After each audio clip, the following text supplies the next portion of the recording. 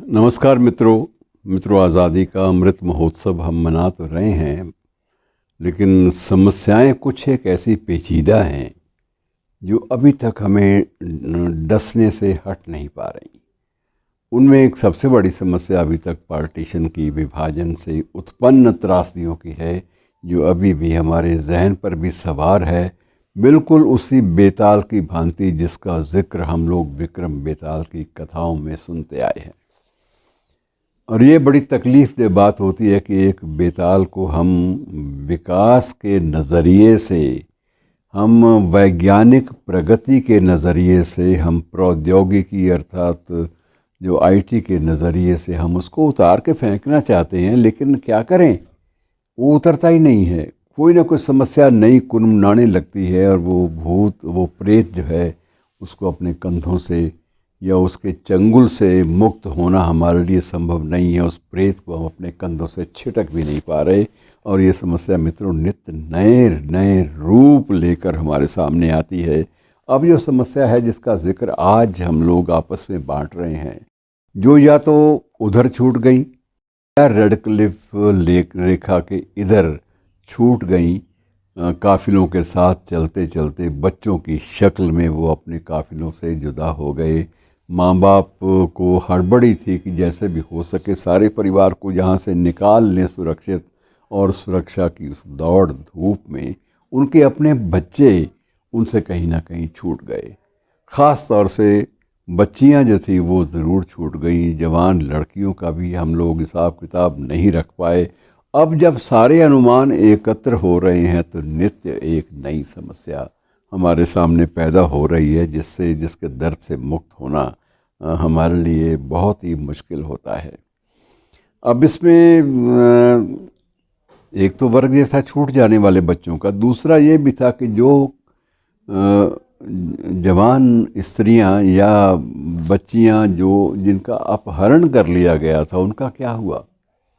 उनकी कहानियाँ कोई समाप्त तो नहीं हुई, उनकी पीड़ा और उनकी त्रासदी समाप्त तो नहीं हुई। वो अभी तक तंग किए जा रही है हमारे सबके जहन को। ऐसी कुछ कहानियाँ जो हैं सामने आई हैं, जिनमें से कुछ एक आपस में बांट भी लेते हैं। एक आध उदाहरण के तौर पे बांट लेते हैं कि किसी भी कहानी को छेड़ना, उसकी पीड़ा में से फिर से गुजरने की जो मशक्क़त है, ये मित्रों आसान नहीं होती। अब इसमें सबसे बड़ा संकट ये होता है कि इनकी गिनती कैसे हो। और अब कुछ सर्वेक्षण करने वालों ने जो अनुमान लगाए, जो उन्होंने आंकड़े एकत्र किए, कुछ उर्वशी बूटालिया जैसी पत्रकारों ने जो हिम्मत की इधर उधर से यथासंभव पता लगने के बाद पूरा उस खबर का या उस घटना का पीछा किया, या फिर जो दोनों तरफ केंद्र बनाए गए थे, गुमशुदा औरतों की तलाश वाले केंद्र सीमा के दोनों ओर बनाए गए थे 60 के दशक में, या जो वहाँ पर जो आंकड़े इकट्ठे हुए, उन सब से मिला जुला के एक तस्वीर सिर्फ उभरी, वो ये कि कुल ये आंकड़ा 1 लाख से ऊपर था। 1 लाख से ऊपर। 1 लाख से ऊपर तो वे थे जिनकी बारे में जानकारी उपलब्ध हो पाई कि ये यहाँ तो छूट गए अपने पेरेंट्स से, और या फिर ये है कि मारे गए, मर गए, या फिर ये है कि इनका अपहरण हो गया और उसके बाद इन्हें न केवल देह दोहन अर्थात शारीरिक वासनाओं का शिकार होना पड़ा, बल्कि उसके बाद इनका बलात्कार तो एक मामूली बात है, और बलात्कार के बाद भी इनसे जो नृशंस बर्ताव हुआ, उसकी कहानियाँ इतनी रोंगटे खड़ी करती हैं कि हमें अपने आप पर गुस्सा आता है कि हम किस तहज़ीब का हिस्सा हैं, हम किस सभ्यता के बच्चे अपने आप को कहते हैं। हम लोग क्या जीने के वाकई काबिल हैं? तो ये सारे सवाल खड़े होते हुए तो मैं इसी बीच में एक जो विशेष रूप से एक औरत का जिक्र बहुत सारी पुस्तकों, बहुत सारे सर्वेक्षणों में मिलता है, वो थी हरभजन कौर। हरभजन कौर आप एक काल्पनिक नाम भी मान सकते हैं। हो सकता है ये वास्तविक नाम देने में मैं भी परहेज़ कर रहा हूँ, और हो सकता है कि जो आंकड़े एकत्र हुए हैं उनमें जो आंकड़ों के संकलन करता है वो खुद भी नाम बदल रहे हों, ताकि ऐसा ना हो किसी भी वास्तविक व्यक्ति के लिए कोई संकट खड़ा, नया संकट खड़ा हो जाए तो आप उसको नाम को ले लीजिए कि एक हरभजन कौर नाम की एक औरत एक ऐसे भाग्य की मारी हुई थी। उसे अफजल खान नामक एक व्यक्ति, जिसका दावा था कि वो उसे अपहरणकर्ताओं के चंगुल से छुड़ा कर लाया है, और वो छुड़ाकर जो लाया था उसने कुछ दिन अपने घर में रखा, और उसके बाद उसी हरभजन कौर से अफजल खान ने निकाह कर लिया। निकाह के लिए रज़ामंदी ज़रूरी होती है। हरभजन कौर जब इस बात के लिए आश्वस्त हो गई, उसको ये तसल्ली हो गई कि अब मुझे ना तो कोई लेने आएगा, ना मुझे कोई तलाश करने आएगा, ना ही मैं दोबारा से अपने माँ बाप से मिल पाऊँगी। पता नहीं मेरे माँ बाप ज़िंदा हैं भी या नहीं। तो उसने हालात के सामने समर्पण करने का निर्णय ले लिया, और उसने भी अफजल खान की उसके जो प्रस्ताव को कबूल कर लिया, और उसके बाद बाकायदा काजी के सामने निकाह पढ़ लिया गया। अब निकाह होने के बाद कुछ साल बीत गए तो काफ़िले इधर से उधर आते रहे बीच बीच में, कभी किसी यात्रा के बहाने, कभी किसी और समारोह के बहाने, कभी कटास राज के बहाने, तो कभी जो सिख गुरुद्वारों की यात्रा के बहाने। तो बहुत सारे ऐसे आना जाना थोड़े थोड़े संख्या में, सीमित संख्या में लगा रहा। उन्हीं आने जाने के सिलसिलों में एक बार उसको हरभजन कौर को पता चला कि उसके माँ और बाप दोनों जिंदा हैं। अब वो बेचैन हो उठी कि अगर ज़िंदा है तो मुझे उनको ढूंढना चाहिए। ये तो बात गलत है कि जीते जी मैं उनको ऐसे बिल्कुल भूल जाऊं, या वो मुझे भूल जाएं, ये संभव तो नहीं है, लेकिन उनकी तलाश तो करनी चाहिए। तो उसने अफजल खान से बड़ी अनुनय विनय की, उसको मनुहार भी लगाई, उसको मिन्नत भी की कि जैसे भी है ज़िंदगी की एक इच्छा तो तुम मेरी पूरी कर ही सकते हो, मुझे एक बार उनसे मिला तो दो। मिलाने में क्या हो जाएगा, मेरे बच्चे भी उनसे मिल लेंगे, और उसके बाद सारी ज़िंदगी जो है वो मैं तुम्हें दुआएं दूंगी, तुम्हारा घर संभालती हूँ, संभालती रहूँगी, सिर्फ उनसे मिलने की एक तड़प है, उसको पूरा कर दो। पता करने के बाद ये पता लगता है कि वो दिल्ली के एक शरणार्थी शिविर में चले गए थे। माँ बाप दोनों जिंदा हैं, और वे भी 4 दिन अपनी बेटी के लिए रोते रहे, तड़पते रहे, विलाप करते रहे, और उसके बाद उन्होंने भी ये जाना कि वो भी कहीं दंगों का या किसी हादसे का शिकार हो गई। वो लोग भी वापस चुपचाप रो धोकर बैठ गए। अब जब ये खबर पहुंची उनके पास, तो वो बड़े उतावले होकर उनको लेने के लिए आए, अफजल खान को भी, उसके बच्चों को भी, और हरभजन कौर को भी, और बड़े प्रसन्न हुए कि शुक्र है हमें हमारी खोई हुई बेटी मिल गई।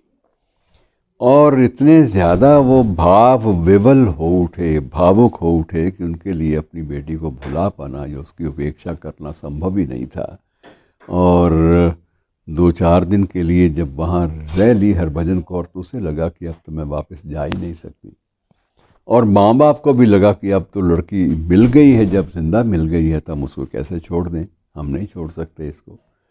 तो उन्होंने ये पेशकश की कि अगर तुम्हें अफजल खान यहाँ छोड़ जाए तो हम तुम्हें और तुम्हारे बच्चों को भी यहाँ संभाल लेंगे, बच्चे भी हमारे पास रहेंगे, और तुम इस बात की चिंता ना करो। लेकिन अफजल खान ने कहा कि ना, मैं ये जुल्म तो नहीं करूँगा बच्चों पर, अगर तुम मेरे साथ चलने से इनकार भी करोगे तो मैं तुम्हें छोड़ जाऊँगा माँ बाप के साथ, लेकिन बच्चों को, 5 बच्चों को मैं साथ वहाँ ले जाऊँ। और अंत में फ़ैसला यही हुआ कि 5 बच्चों को लेकर वो वापस चला गया, और ये जो है अलग से कुछ साल, 2 साल के बाद, अवधि के बाद, इसकी भी शादी कर दी गई, हरभजन कौर की भी, और एक किसी ऐसे व्यक्ति से जो विधुर था लेकिन उसके एक बच्चा भी था, तो उससे शादी कर दी गई। वो भी ज़रूरतमंद था, उसको भी परिवार चलाना था, और इसको भी किसी सहारे की ज़रूरत थी। माँ बाप की भी एक तरह की दलील होती है कि हम कब तक इस औरत को, इस लड़की को, अपनी बेटी को घर में बैठा के रख सकते हैं, कभी तो हमने आंखें मूंदनी हैं। इससे पहले पहले यदि इसका कोई जीवन सुखी हम देख जाएं तो हमें तसल्ली हो जाएगी। बहरहाल आनंद कारज हो गया। उसी जो नया लड़का चुना था, जो उस नया सिख युवक था, उसके साथ आनंद कारज करवा दिया गया, और उसने भी एक ही बात मानी कि मुझे और कुछ नहीं चाहिए, हालात का मारा मैं भी हुआ हूँ और हालात के मारे आप लोग भी हैं, मुझे सिर्फ एक ही बात चाहिए कि मेरे बच्चे की छोटा बच्चा है मेरा, उसकी परवरिश ठीक ढंग से हो जाए। और ये वादा उसने भी किया, हरभजन कौर ने भी किया, सभी ने किया कि ये हमारी जिम्मेदारी नैतिक भी है और हम लोग उसकी पूरी परवरिश करेंगे। और परवरिश हुई। उस बालक की परवरिश में कोई कोर कसर नहीं छोड़ी गई।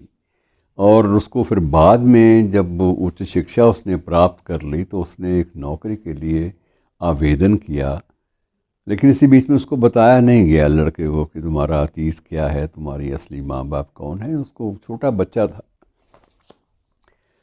और उसके बाद जब बच्चा वो पढ़ गया तो पढ़ने के बाद एक अमेरिका में एक किसी यूनिवर्सिटी में एक जॉब निकली तो उसने वहाँ अप्लाई कर दिया गया। और उसके बाद उसको अमेरिका में नौकरी मिल गई, प्रोफेसर बन गया। प्रोफेसर बनने के बाद एक दिन उसको खबर मिली कि उसका जो बाप दिल्ली में था उसकी तो डेथ हो गई है। तो बड़ा व्याकुल, उसके माँ से उसको हरभजन कौर से बड़ा लगाव था कि उसने मुझे इतनी मुश्किल हालात में पाला पोसा बड़ा किया है।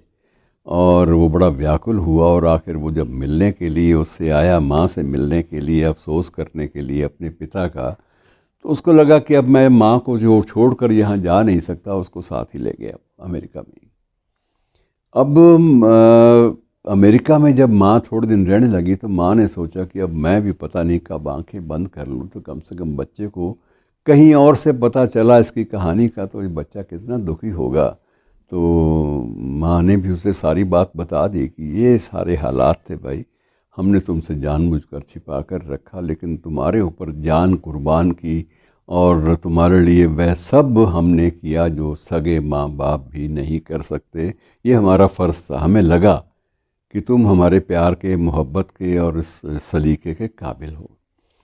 बहरहाल वो बहुत दुखी हुआ, लेकिन उसने पूछा माँ से कि अब आपको एकदम से ध्यान कैसे आया। कहती ध्यान सिर्फ ये आ गया कि अब तेरा जो पिता था वो तो रहा नहीं, और मन में अब ध्यान आ जाता है कि वो 5 बच्चे वो तो मेरे अपने थे, उनका क्या करूँ, उनकी याद को कैसे, मुझे लगता है कि जैसे तुम जवान हो गए हो वो भी तो जवान हो गए होंगे, किस किस रूप में हैं मैंने देखा ही नहीं, मुझे पता ही नहीं। और वो इस बात का तहैया करता है कि नहीं, मैं तुम्हें माँ वचन देता हूँ कि मैं तुम्हें उस बिछड़े हुए परिवार से ज़रूर मिलाऊंगा। और वो करता क्या है कि वहाँ से एक अंग्रेज़ी अखबार में विज्ञापन देता है, a mother in search of her family, her children. अंग्रेज़ी अखबार में 1 में, 2 में, 3 में, डाउन वगैरह सभी अखबारों में, पर कोई रिस्पांस नहीं आता और बड़ा निराश सा हो जाता है। बाद में उसे कोई राय देता है, वहीं की यूनिवर्सिटी का कोई प्रोफेसर, भाई तुमने अगर तलाश करनी है तो किसी लोकल अखबार में दो, वहाँ के उर्दू वाले अखबार में दो, या कोई लोकल स्तर पे छपते हैं लाहौर के या कोई अखबार छोटे मोटे, तो उनमें दो। ये खबरें वहाँ से ट्रैवल करके आगे जाती हैं। NGOs भी कहीं आगे एक सर्कुलेट कर देते हैं, सोशल मीडिया पे भी हो जाती हैं। बहरहाल उसने ऐसा ही किया और वैसा करते ही वो रिस्पांस आ गया कि सारा का सारा रिस्पांस उसके सामने आ गया और ये दावा किया गया कि हम 5 बच्चे उसी के हैं और माँ का नाम ये है, माँ का होलिया ये है, सारी चीज़ें तस्दीक उसने कर ली। और उसके बाद उसने सोचा कि मैं एक बार माँ को मिला लाऊं। वो इस्लामाबाद आया, उसके बाद लाहौर चला गया, उसी स्थल पर जहाँ पर वो उन्होंने अता पता अपना दिया था।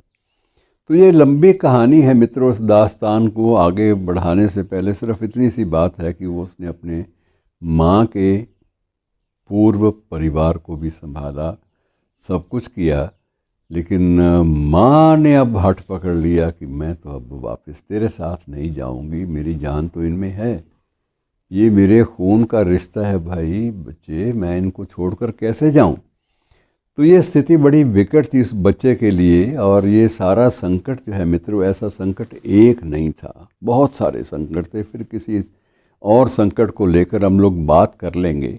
पर ये हादसे ऐसे हैं जो हमारे जहन से उतर ही नहीं सकते, बेताल की भांति हमारे कंधों पर बैठे रहते हैं। जब भी मौका मिलता है कूद कर सामने आ जाते हैं और हम एक बार फिर से हिल जाते हैं। इतने लंबे अरसे के बाद भी हमें चैन नहीं पड़ता और ऐसी घटनाएं जब वास्तविक रूप में सामने आती हैं तो हमारे लिए बहुत बड़ा संकट हो जाता है।